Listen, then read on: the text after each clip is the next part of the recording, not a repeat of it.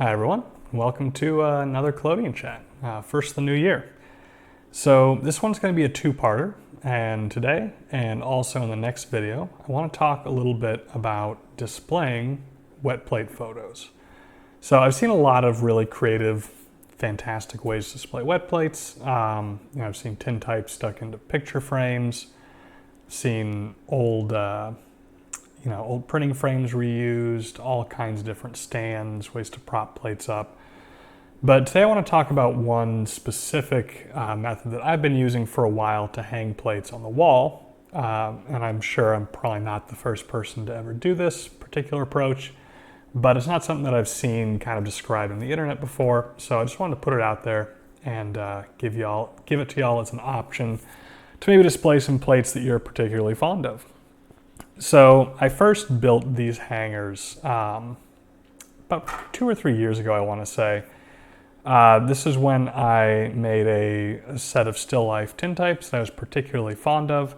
And it was also right around the time that I was getting started with woodworking. So I decided to, buy some oak and try making these little hangers. So the way this works, and I'm going to put the hung up ones up on the screen here so you can see what they look like. But the way this works is from the front, it just looks like a bar across the top and the bottom of the plate. And if we pull the plate out, we see that behind those bars, we've got two kind of connecting stretchers here that go from the top to the bottom. And then on the back, we've just got some kind of very sloppy glue joints here. And like I said, this was from way back when I was first getting started, but thankfully these sloppy joints still work fine because tintypes aren't very heavy. And then we've got them all connected, and then we've just got one of these sawtooth hangers on the top, which can hang right on the head of a nail driven into the drywall. Nice thing about these is because it's all very light, you don't need drywall anchors or anything crazy to get it hung up on the wall. You pretty much just drive a nail into the drywall and it's going to hold up forever.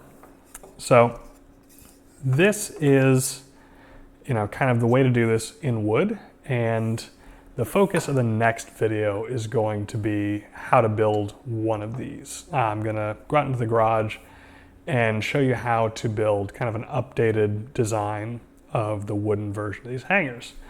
But not everyone has access to a wood shop or cares to go out into one.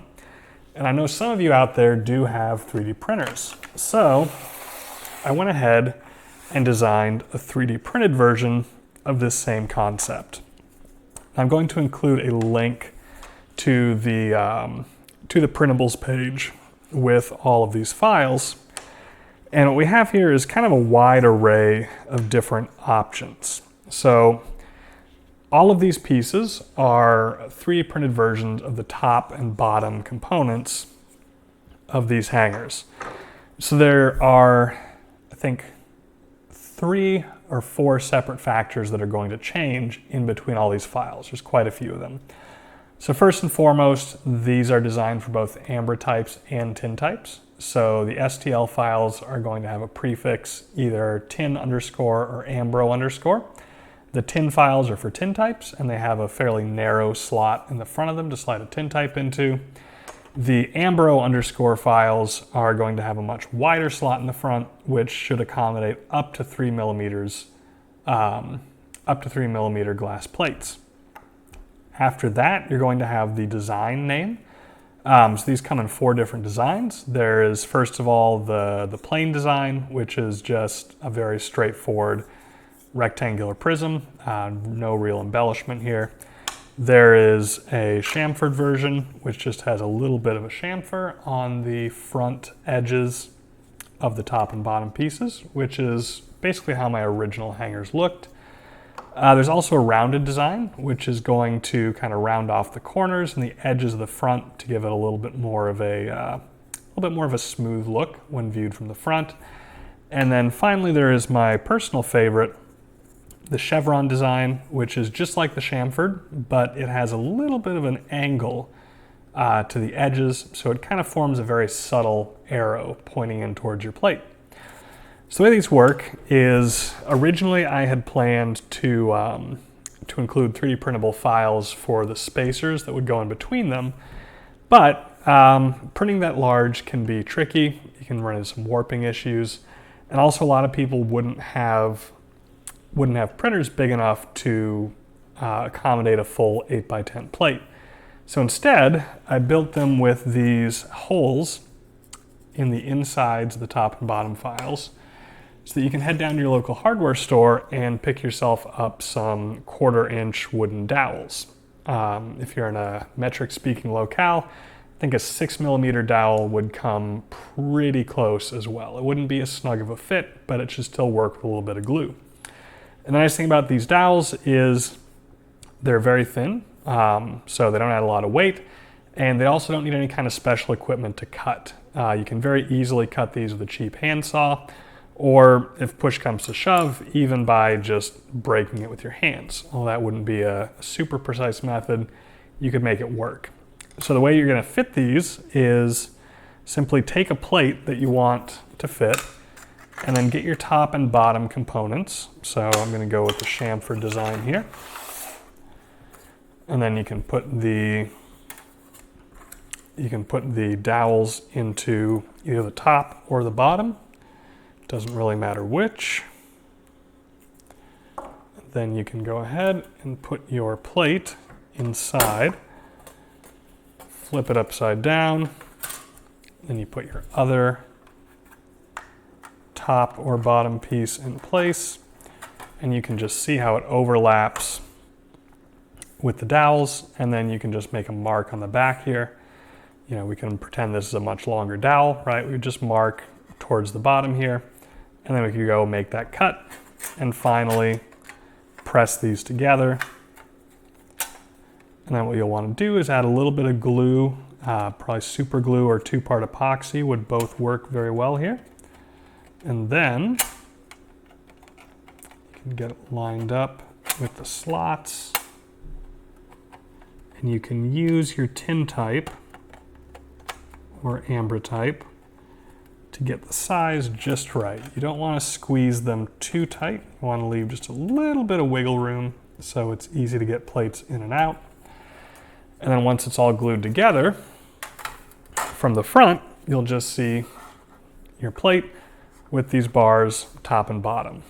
I was a little bit worried about how well they would look 3D printed, and I still don't like these as much as I like the wooden ones, but I do think it's a pretty passable look, especially if you use some post-processing, maybe do some acetone vapor smoothing, or fill, sand, and paint. I know some of you out there are probably very creative with the post-processing, so I imagine you could dress these up pretty nice, get them looking good, and hang some plates on your walls. So these come in a bunch of different widths. This is the 120mm width, which is a good fit for hanging an 8x10 plate vertically. There's also 160mm width, which will give you a little bit more size if you want to hang up an 8x10 horizontally.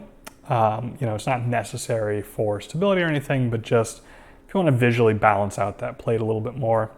And then on the smaller side, we've got increments going all the way from 60mm, which is a good size to hang a 4x5 vertically.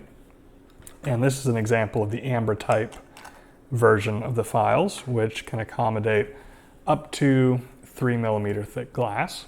Okay, so we've got them in 60mm, 80, 100, 120, and then up to 160 for the lengthwise 8x10s. But you're not limited to those sizes, because I've also included the FreeCAD file, which you can download, open it up in FreeCAD, which, as the name suggests, is free. There's a spreadsheet in the file that has the dimensions, the height, the width, the dowel diameter, the placement of the slot for the plate, the thickness of the slot.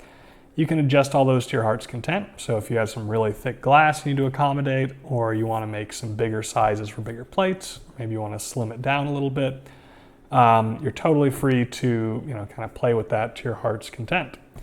So that is a first look at my 3D printed wet plate wall hangers. Hopefully y'all will enjoy these.